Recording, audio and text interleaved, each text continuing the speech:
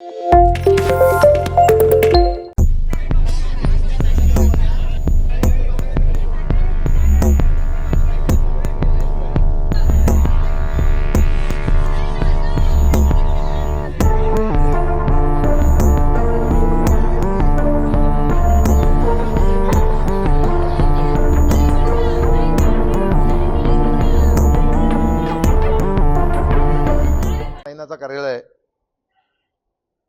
19 October ते 19 जून ते 26 जून या कालखंडामध्ये पळसपे या गावी पनवेल तालुक्यातील पळसपे या गावी आमरण उपोषण मी गावठाण विस्तार हक्क समितीच्या माध्यमातून मी आणि माझे सहकारी आम्ही 10 जण त्या ठिकाणी प्राणांतिक उपोषणाला बसलो होतो। प्राणांतिक उपोषण सोडवत असताना ज्या काय आमच्या मागण्या होत्या, नैना प्रकल्प आल्यामुळं जमिनीच्या बाबतीत असतील, घरांच्या बाबतीत असतील, ज्या मागण्या होत्या त्या मागण्यांवरती उपोषण करत असताना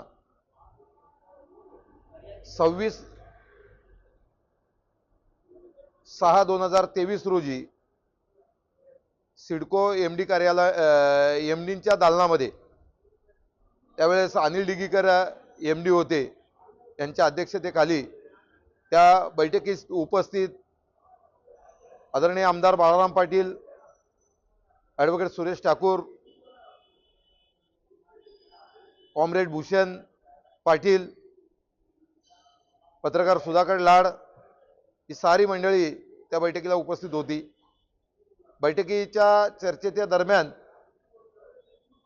एमडींनी असं सांगितलं की प्रॉपर्टी कार्ड देणं ही जबाबदारी आमची आहे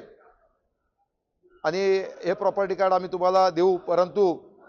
त्यासाठी कालावधी लागेल, तर तो कालावधी आम्हाला मिळावा। कारण पावसाळ्याचे दिवस होते, त्यांनी 3 महिन्याचा कालावधी आमच्याकडून मागून घेतला आणि 3 महिन्याचा कालावधी मागितल्यानंतर 3 महिने ओलांडून गेल्यानंतर पुन्हा आम्हाला आंदोलन करावं लागलं। 19 ऑक्टोबर रोजी आम्ही आंदोलन केलं। त्या आंदोलनाच्या दरम्यान या सिडको व्यवस्थापनाचे जॉईंट एमडी राजेश पाटील आणि पोलीस प्रशासनाच्या माध्यमातून सीबीडी बेलापूर पोलीस स्टेशनचे सिनियर पीआय गोरे साहेब, त्याचबरोबर अन्य त्यांचे सहकाऱ्यांबरोबर तिथं आमची एक बैठक झाली आणि त्या बैठकीच्या दरम्यान आम्हाला असं सांगण्यात आलं की आम्हाला 1 महिन्याचा कालावधी लागेल आणि 1 महिन्याचा कालावधी आम्ही त्यांना दिला। 1 महिना तोही ओलांडून गेल्यानंतर पुन्हा आम्हाला या भूमापन भूसंपादन अधिकाऱ्यांचं एक पत्र आलं की तुमची मागणी आम्ही मान्य केलेली आहे आणि प्रथम क्रमांकाने कोणता गाव घ्यावं म्हणून तुमच्याशी आम्ही चर्चा करायला मागतोय। आम्ही आमच्या संघटनेच्या माध्यमातून त्यांना ताबडतोब त्या पत्राचं उत्तर दिलं आणि असं सांगितलं, बाबा आमची मागणी जर तुम्ही मान्य केली असेल तर पनवेल तालुक्यातील पळसपे हे गाव, ज्या गावामध्ये आंदोलन झालं होतं त्या गावाची प्रथम क्रमांकाने आम्ही निवड करत आहोत। तदनंतर इतर गावं एक एक घेण्यात यावी असं आम्ही त्यांना सांगितलं। परंतु आता किमान 1.5 वर्षाचा कालखंड पूर्ण होऊन देखील प्रशासन मात्र जबाबदारी